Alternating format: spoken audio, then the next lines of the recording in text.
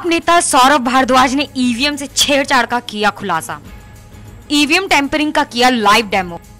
EVM के mother chip से छेड़छाड़ का किया प्रदर्शन। सीक्रेट कोड के जरिए ईवीएम में छेड़छाड़ मुमकिन। हर पार्टी का अलग अलग कोड। दुनिया की हर मशीन में गड़बड़ी मुमकिन।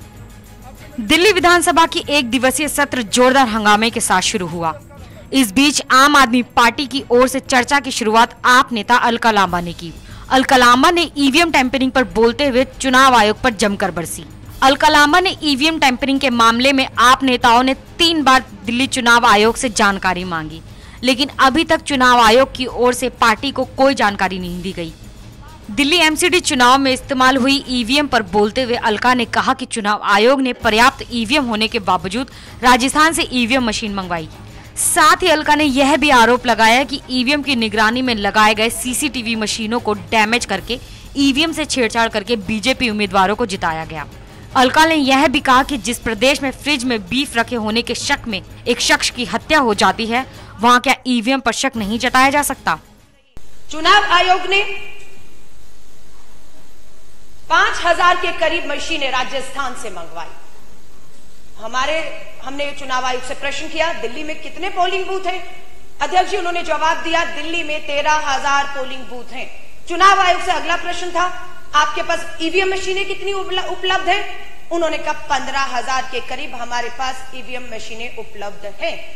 अब हम लोगों को समझ नहीं आया, 13,000 पोलिंग बूथ है, 15,000 ईवीएम मशीनें उपलब्ध हैं, 2,000 प्लस आपके पास ज्यादा मशीन है, फिर आपको राजस्थान से, उस राजस्थान से जहां पर धौलपुर में चुनाव होता है, तो 18 मशीनें ऐसी पाई जाती हैं जांच के अंदर कि वोट एक पार्टी को दिया जा रहा है लेकिन जांच किसी दूसरी पार्टी को रहा है। अलका के बाद आप नेता सौरभ भारद्वाज ने ईवीएम से छेड़छाड़ का लाइव डेमो दिया। सौरभ भारद्वाज एक ईवीएम जैसी मशीन लेकर सदन में पहुंचे। उन्होंने सदन में लाइव डेमो देकर यह दिखाया कि ईवीएम से छेड़छाड़ की जा सकती है। सदन में डेमो टेस्ट के जरिए उन्होंने दावा किया कि ईवीएम मशीनों को आसानी से टेम्पर किया जा सकता है। पहले जो पहला कैंडिडेट, दूसरा कैंडिडेट, तीसरा कैंडिडेट, इसको हमने एक पार्टी का नाम दे दिया। तो अगर हम ये मान लें कि हालांकि उसी दौरान उसने सीक्रेट कोड डाल दिया, मैं आपको दिखाऊंगा कैसे डालते हैं।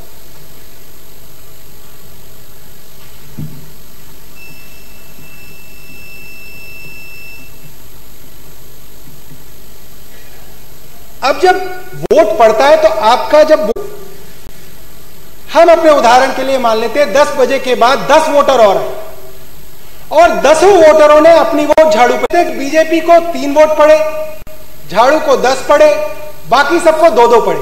अब जो असली गिनती हो गई वो ये हो गई कि झाड़ू के 10 हो गए,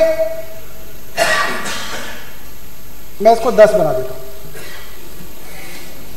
तो लगा दो, कितनी भी पुलिस लगा दो, कितनी भी इसके ऊपर सील लगा दो। अब हम देखेंगे कि आखिरी में जब 2 दिन तक ये मशीनें रखी जाएंगी, एग्जिट पोल के नतीजे आ जाएंगे, एग्जिट पोल के अंदर उसी पार्टी को जिता दिया जाएगा जिसके लिए ऑलरेडी कोड डाल दिया गया है, तो पूरा का पूरा माहौल बना दिया जाएगा कि भाई साहब आपने चाहे वोट कहीं भी दी हो, मगर एग्जिट पोल कह रहे हैं कि ये वाली पार्टी जीत रही है। डेमो टेस्ट में उन्होंने बताया कि वोट से पहले पोलिंग एजेंट को मॉक टेस्ट करके दिखाया जाता है कि वोटिंग मशीन सही तरीके से काम करती है, लेकिन असली में 8 बजे वोटिंग होती है तो खेल कुछ और ही होता है। सौरभ भारद्वाज ने दिखाया कि 5 पार्टियों को 2-2 वोट दिए गए और सब सही हैं। जब असल वोटिंग हुई तो 5 पार्टियों को 2-2 वोट मिले, लेकिन असल खेल ये है कि जिस पार्टी के पास उस मशीन का सीक्रेट कोड होता है वो अपनी पार्टी को जिता सकता है। जैसे जैसे उस पार्टी के लोग कोड डालते रहते हैं वो पार्टी जीत की ओर बढ़ती रहती है। पोलिंग के बाद भले ही स्ट्रांग रूम के बाहर कितना भी पहरा दिया जाए, असल छेड़छाड़ तो वोटिंग के दौरान ही हो चुकी है। गौरतलब है कि इससे पहले अरविंद केजरीवाल ने सुबह ट्वीट किया था कि देश में चल रहे बहुत बड़े षड्यंत्र का सच सदन में उजागर किया जाएगा। Bureau report, national Dastak.